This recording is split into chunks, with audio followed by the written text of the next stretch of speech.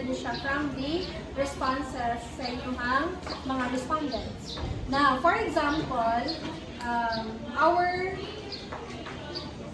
our data here is, for example, is leader sa may time management. Inyong i-assess ang mga teachers. Kailangan time management. Pila ka buo scale. Pila ka points sa ang buhaton. Kaya lang. Kaya lang. Sample lang ka para mas dali. Okay, 1, 2, 3, 4, 5. So for example, mo niya ang mga responses nila. Okay, taplahan lang natin ha. Para for the sample of data. So mani ang inyong assessment sa inyong teacher sa ilang time management. Remember mo sa evaluation form? Yes. Nga katong printed, dito sa online. Itong printed, di ba inani man na to ang way of rating them? 5, 4, 3, 2, 1 naka-Likert scale man ta. So inani po na siya ang appearance dire. So another, classroom management. For example, ano na lang, strategies.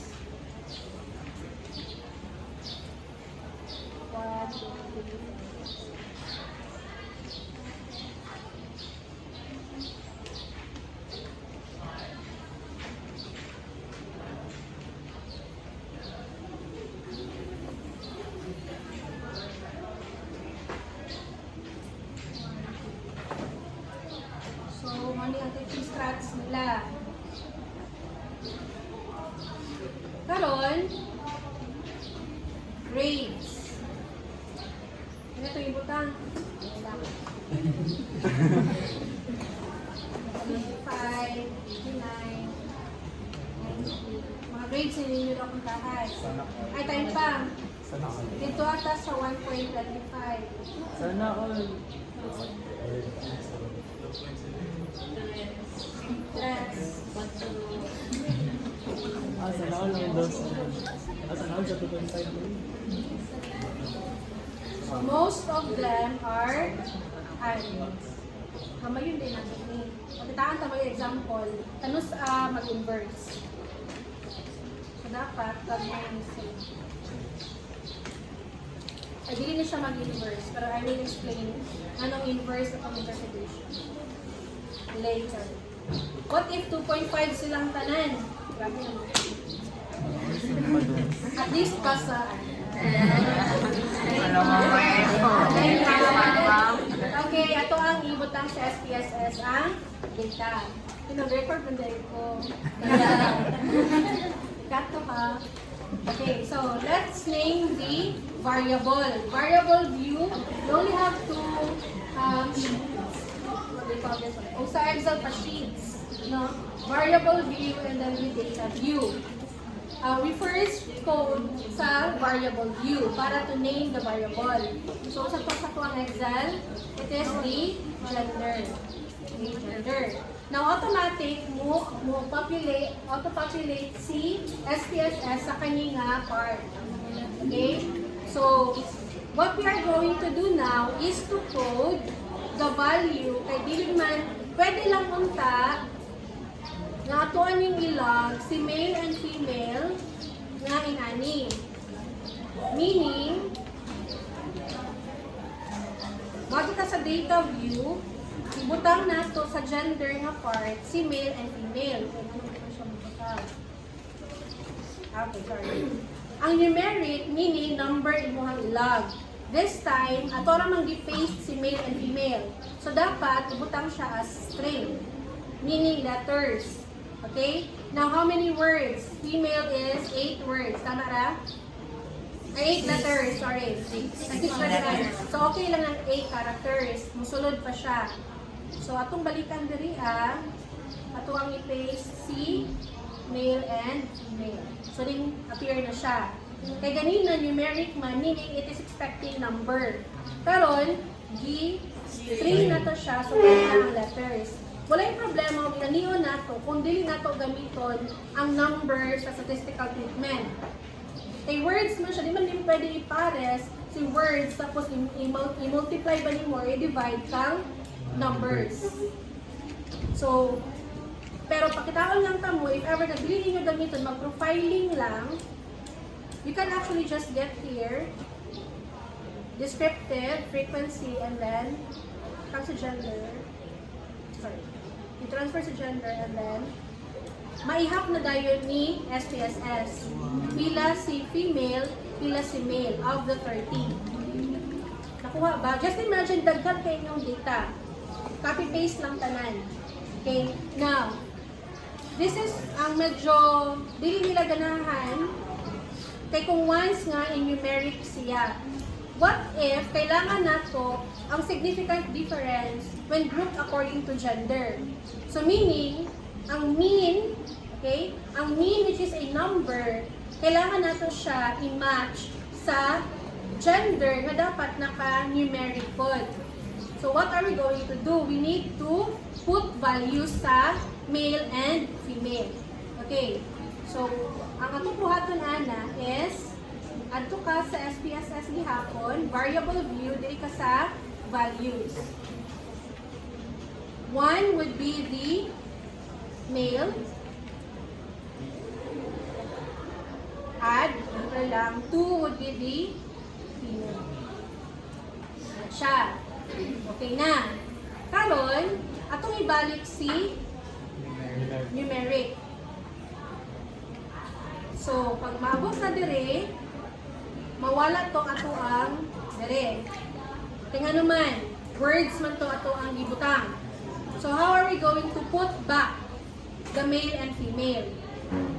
So, mubalik ka dire sa imuhang Excel, you need to code this one. Okay.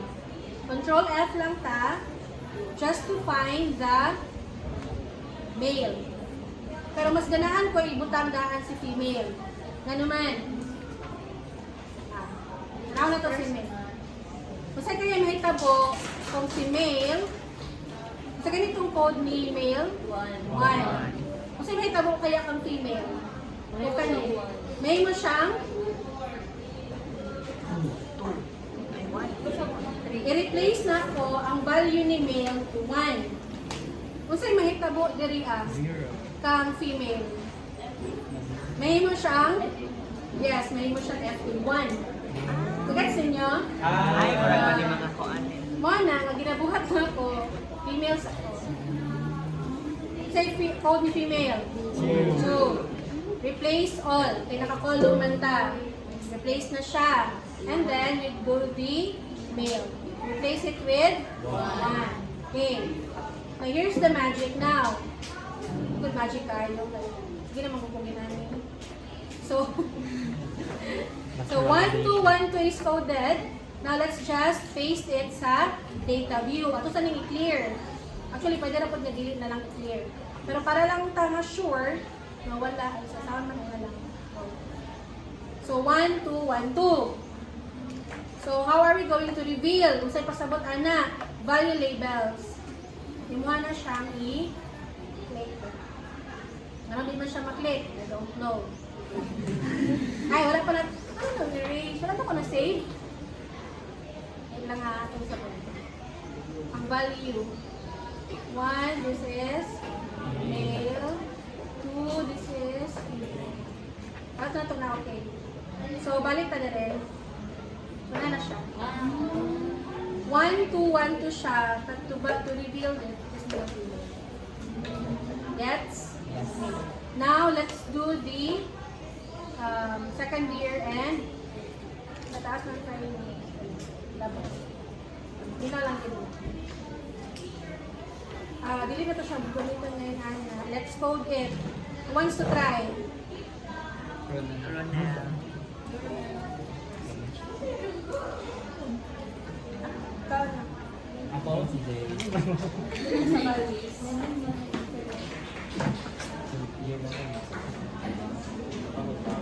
Sa imong 1. First year. First year. So, maganda. Yung sa pagsulat sa first year. Ganyan. Lumaya ito kung Yes. So, mas easier. Kung gusto siya i-code sa Excel, mapapod mo siya i-code sa ang white. Gamay ng white sa. Gamay ang Ipapili kong panginoon. Ay! 3 lang. Sorry mo.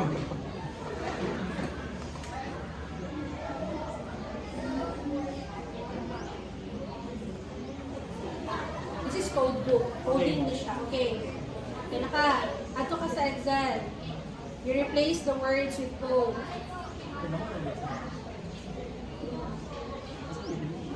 I-copy nimo si first year. Para sure ka, copy si first year.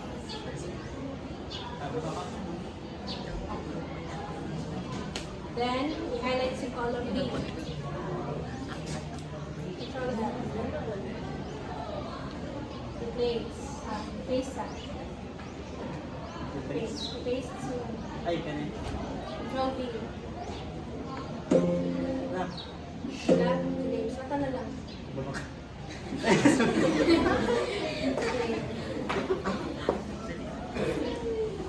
Okay, replace. With 1. Tama? Okay, replace all. Tama na yung first year. Okay. Second year.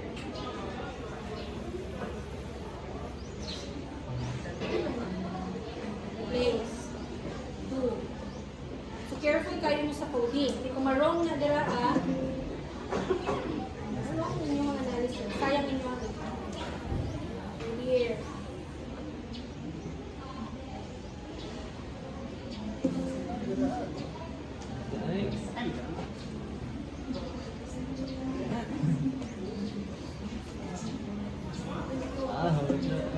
Copy the values of year level. Copy the values. Copy third.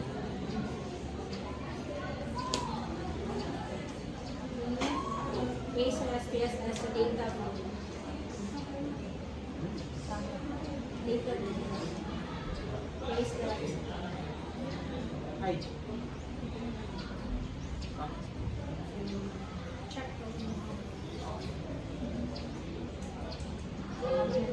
Naka. Okay, this is for the profile. Now, if you are going to answer the question, what is the demographic profile of the respondents according to gender and year level, you go to the description, frequency, and then you place all here, and then, okay. So, in gender, this is your result, and then sa year level, this will be the result. Dali na lang kayo. You have the frequency, you have the percentage. Now, let's do the mean. Okay, mean that. So sa time management, the same thing will happen. Just need to code it. Ang sa old na version sa SPSS is dili siya mo cater o nice space. Unlike sa higher version. Okay, we need to code this one. Muna, kailangan ninyo inyong questionnaire because naiuban nga naka-code nga bali. Na possibility that one is strongly agreed. But in many cases, one is strongly disagreed. Okay? So, okay, who wants to try? Sige na, Hazel, ka na paspas, ha?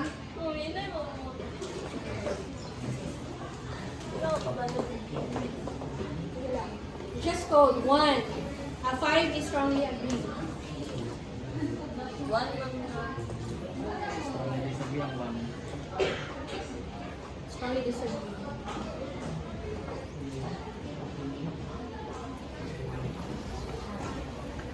Two. Kasunod. Disagree. 3. Neutral. Somewhat agree.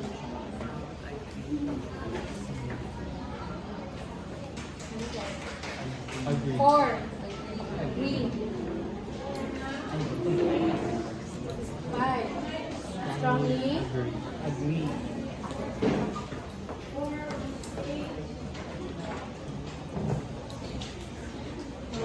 Okay. management and time. How many points ang nasa time management? 5. Right? So meaning, dapat na kay 5 coding. I-code na siya, okay, sa name, ganyan. Under sa name. Time management 1.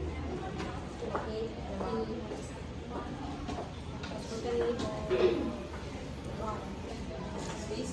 Ayan lang, 1. And, so, time management 2.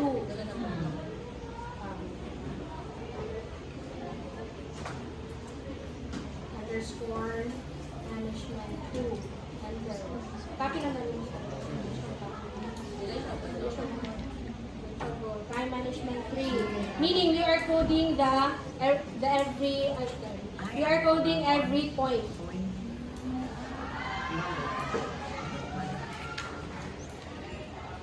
Management 4. Then lastly, time management 5. Okay, kanang strongly agree, i-copy copy ang 1 and it's a value. So copy siya. Copy. Then, i-highlight ang 1 to none. Highlight. Yan lang. I-click lang ganyan. I-click ang 1 to paste. Okay, so copy na to ang coding na to. The same lang man sila o coding. Now, you go back to the Excel. Copy paste kanan sa time management. 5 lang ha. 1, 2, 3, 4, 5. Sobra ka. Yan. Up to there. Go, copy. Then, paste.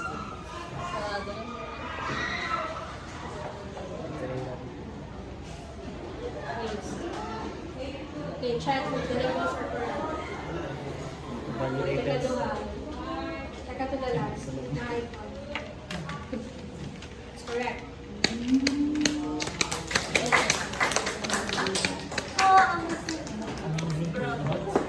I'll do the second one na strategies. So, inatuon na lang siya pag-coding. Moni ang dugay sa SPSS, ang coding. You are creating code book.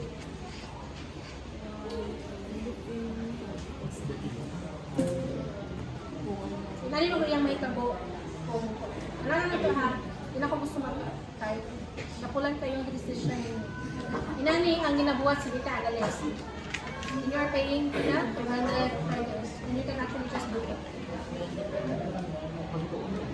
Okay. So the same naman sila coding, di ba?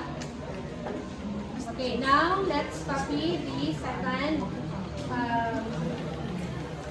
value here. And then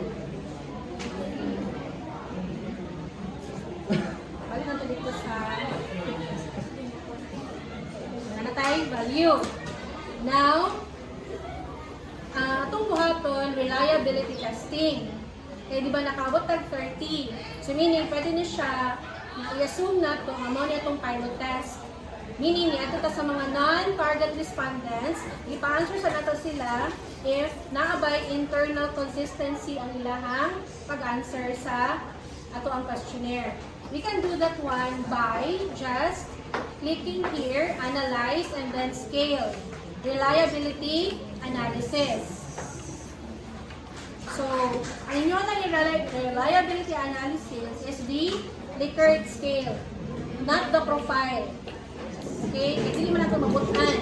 Ang ato lang matanawon is, are they consistent with their answers sa ilahang, sa katong pang-accomplish nila sa questionnaire. So, let's do for time management. Okay? So, i-transfer lang nato and then, let's check statistics. I-click na to ang item, this one here. Ayan lang sa nimnin, hindi pa man nato siya concern.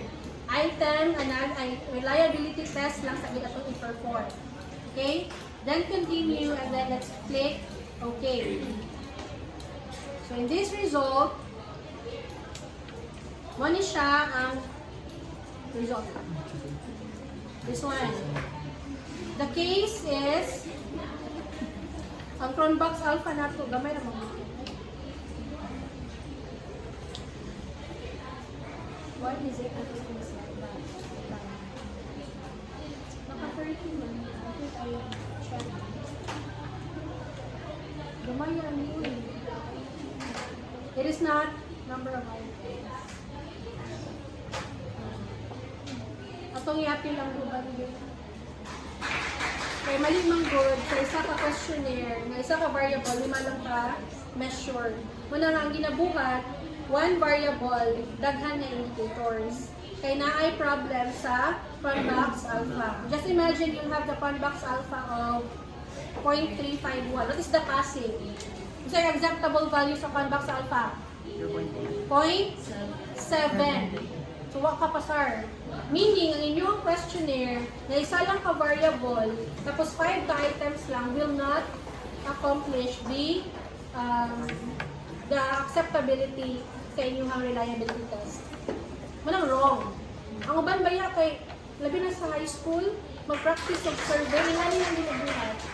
Nadili na gina-convex. Ano man, hindi man kapasar. For the survey lang siya ma-purpose. Kaya na to kung mag-add ka o time management. Ay, strategy. Scale, reliability test, and then let's do also for the i-combine lang natin siya.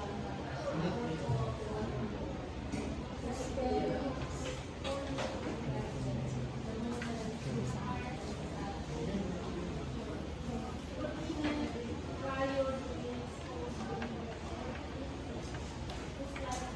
Saka lang siya.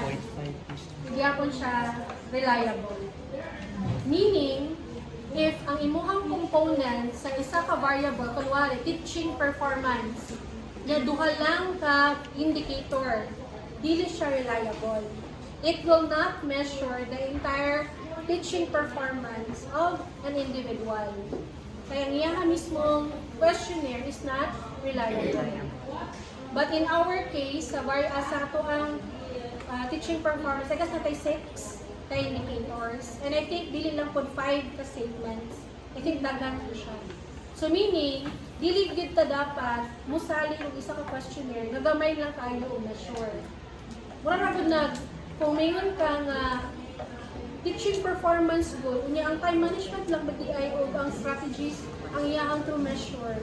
Di ba dili daghan pag components ana. Okay? But that is how you do the reliability testing. So, just imagine, some people are paying 300 to 500 and sometimes gani, kaya abi nila complicated ka, they're paying 1,000 for this. Nagdaling lang kayo siya buhaton. Naalagi nag-approach ako, kaya gusto na nila magpa-Convex alpha test and then they will pay me 300. Alam mo, tuduan na lang tamo ba? Dali lang kayo. Diligid mo subot ang mga professor sa iyo sa paano nga pagsiling pabayad sa ang expertise. Puhon sa inyo ha, basin mga warta mo sa inyo ang estudyante. Dili ko extra daw. Mga ligya. Dito mo pang warta sa katong mga tapulan. Asa man.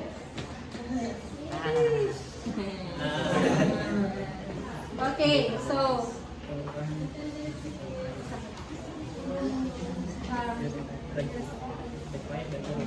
nabalik na dali. Karon, ato ang tanawon ng iyahang mean.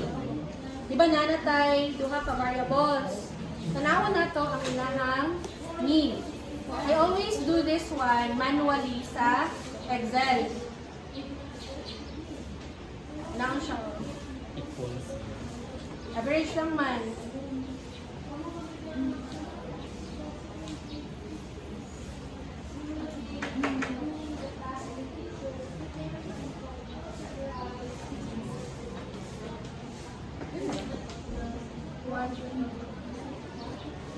Ang ginabuhat na mo is inani. Divide what? 5. Ano siya? Sa Excel, diba? Dali lang. Ang sa, ano po, ang sa SPSS, inaliwan ko siya. Transform. Compute. Time management. Makusa siya.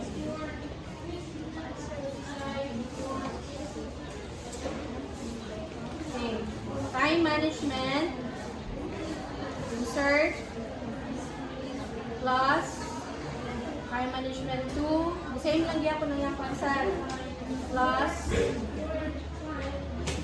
time management 3, plus, time management 4, plus, time management 5, divided by 5. Baka siya nagbanwal ka kung sa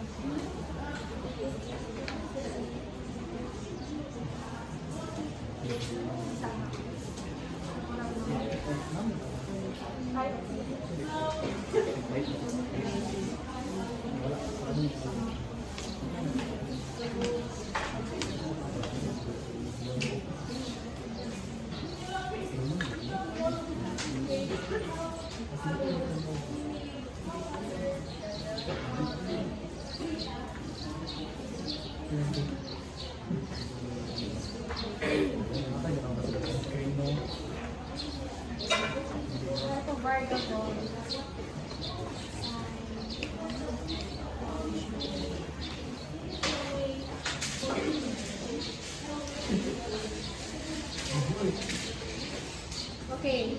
So, ang gibuhat na ko ganina is the SPSS based na ko siya kapag compute kay para mo create dayon siya ani. Wala man ni ganina, di ba? Remember mo, start 5 lang tataman. So, pag create na ko ato, nag-atay siya umi for time management. The same thing with the SPSS here. Pareha lang sila value. Kuha. Ako, nakita ninyo? Yes, ma'am.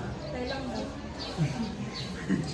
Okay, next we'll do the trans. Ako na lang para mapasok. Actually, hindi ito. Let's do the transform for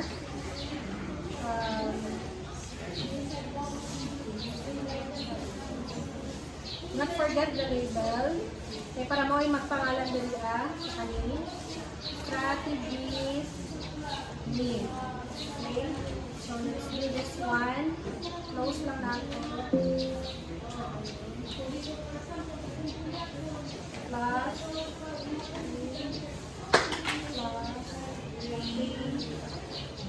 plus 4 plus 5. Divide 5. So now we'll have the strategies na need. Okay? Now let's do the, wait lang, wala pag napatala na code, ang grades. So in this part here, ato lang siya i-diretso butang. Okay. So, dito sa data variable view, maghang siya. Then let's do the, and let's put the grades. Numeric lang siya, and then the value will be there. Okay, nata. If you'll do the averaging, unsa day ang average performance sa anin na klase? So let's just descriptive and then grades, okay. Statistics. Let's get the mean. Okay, continue then. Okay. So in this class here, the average would be 2.44. Baba kayo ba? Ano naman, the highest is 1.25. Pero the highest grade is 1. Okay, kaya lang nakuha sa mga bata is 1.25. Okay, then the average would be here. But if you do the frequency, pila ka buok day, kato ako yung last time, pila day ka buok anak ko nga o 1.25 na isa, 2 na isa, 2.5, 28 ka buok. Okay. So no wonder why 2.4 ang average. Now let's do the mean for the Likert scale. Tara lang, sorry. Ma-remember pa ninyo ang atong interval? The mean for this, the overall mean, hindi mo isa-isahon, inani ang result. 4.4 is, asa siya mabilog? High, very high, moderate, 4.4. Aning mean. Asa siya ma-fall? Sa itong interval. Kung 0.80 ang ato ang interval sa 5-point Likert scale, then 4.4 ang nabilong. How do you do that na mas dali? 5 minus 0.80. Therefore, ang pinaka-first na line would be what? 4.20. Nakuha? 4.20. So meaning, dira na belong si 4.4. Very high. Very high ang time management in teacher. As to statement number 1. Okay? Then, 4.2 above, very high. 4.0 is baba siya. High na lang siya. Okay? So meaning, kani sa statement 1, sa statement 5, sa time management sa teacher is high lang iyahang rating sa mga estudyante. Katong 30 kabuo. Muna nga balikan ninyo kung sa daily statement number 5. That is when you can draw discussion. Kaya ang sa time management ay diri kay late permitting mo sulod si teacher. Ang nakabutang dito kay the teacher always comes in, or for example, the teacher always ends sa iyahang time na allotted. Kanya kayo magsige maglapas, pareha din 10:29 na mo extend pa, so meaning, baba ang score ni student dito. So wala siya kaabot o very high. Kaya na yung mga estudyante nga naninood, at 2 rani, 1 rani, 3 rani, 5 na lang yung sumamo, so meaning, nagdula ang ilahang answers. The average now would be the 4.0. High. Meaning, na implication nga ay gili-gili tanan na 5 or 4. Na-gets din nyo? So meaning, kung kamoy researcher, it is a reflection nga nganong libaba siya o sa ang statement. Balikan din nyo always ang statement. Okay? So, okay, padayon ta. Then, analyze, then tamagi. Ito na punta sa strategies. Balik na to sa time management. There's sa strategies na po.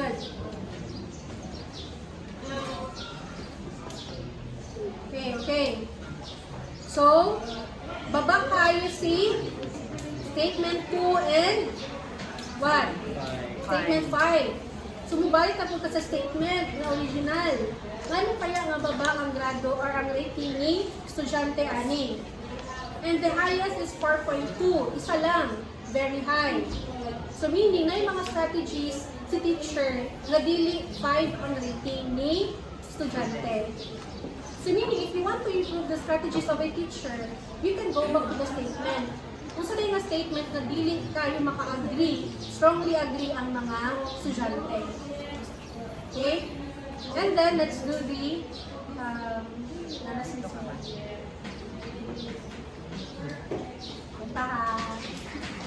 Let's do the independent test. Gender. Sorry. Here, gender. Define group 1 and 2. The male and the female. And then, let's do the katong na siya, the time management. Is there a significant difference in the time management on how the students rate their teacher sa iyang time management when groups according to gender? What's the answer? You do dire. Sig two-tailed.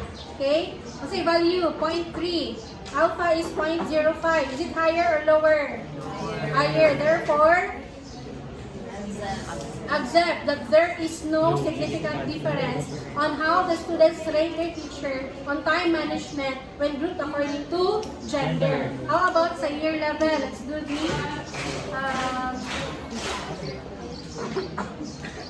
independent test ha, hindi man yung post-test at test. How about sa time sa strategies? Samot, kataas. Therefore, there is no. When grouped according to year level, to gender, in terms of strategies on how the students rate the strategies of their teacher, there is no significant difference. Now, let's do the what? The one-way ANOVA for the year level. Kaya daghan sila mga categories. So, for time management, here the mean, and the factor would be the year level. Okay. We can have this one. SIG, napod. What's the value? 0.752. Higher, lower than 0.05. Therefore, accept there is no yapon. Another. Sana po, strategies. Dirita sa yahang mean.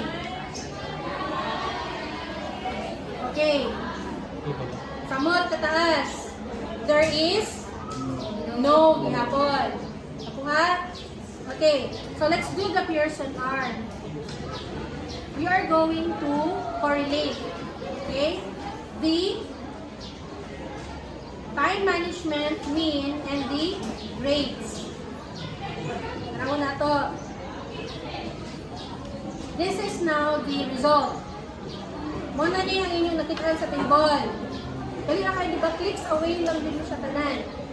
Ang dugay lang ang coding. Imagine lang na data. Okay, this is how you're going to interpret. P-value.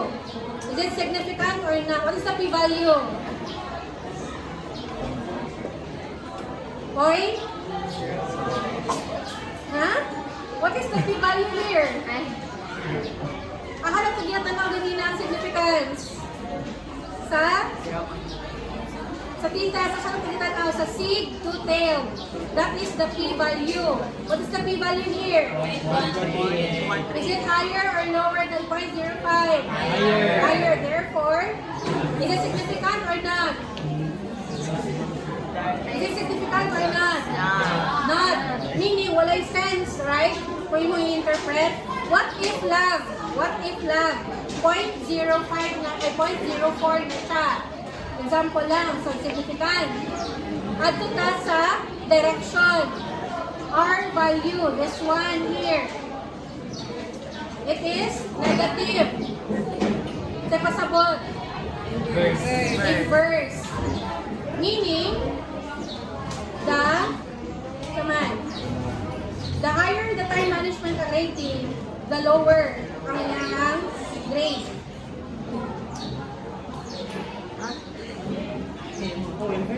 Inverse. The higher the lower, or the lower the higher. Inverse yan. Sample ra ni siya. Pero, the higher the time management, the lower, di ba ingon ko? Pero sa pasabot na to sa lower ani. Di ba ang lower na to ani is 2.5? So meaning, sa taas ilang rating sa ilang teacher, mas dili ka ayo taas ilang grado. Nagats ninyo? Kaya kung wala na siya ng inverse, meaning the higher,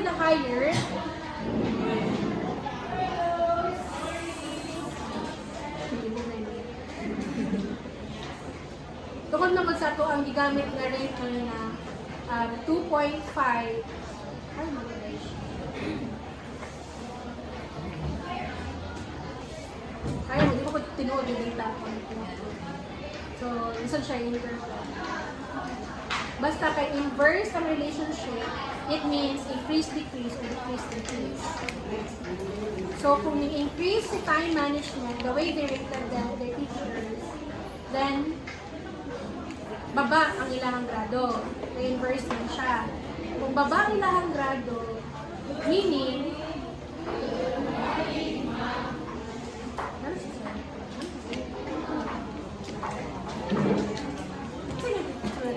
so, kung taas si time management, baba ang iyang grado. Diba dapat? Pero kung itang baba iyang grado, meaning, kadtong 2.5. Which is actually one of their story. Meaning, they have rated their teachers na okay ang time management even if baba ang ilang grado. Kaya mo kung ganyan nag-speak sa data. Diba? The average is actually high. Diba ang lowest na to is 3.9? Pero ilang mga scores ba ya kay 2.4 ang average. So meaning, they are rating their teachers good. Masking sila, wala ga-perform well. Meaning, the problem is on the students. Kaya pag once nga balis siya, like, the more di ay nga mutaas silang grado, the more lang nila i-rate ang teacher as high. Pero kay kani nga mga estudyante, kung mas dagan man ang baba ang grado. So meaning, gusto na gito ito kung sa lahi ang ating data. Pero nag-gets ninyo? Yes. Sure, good mo?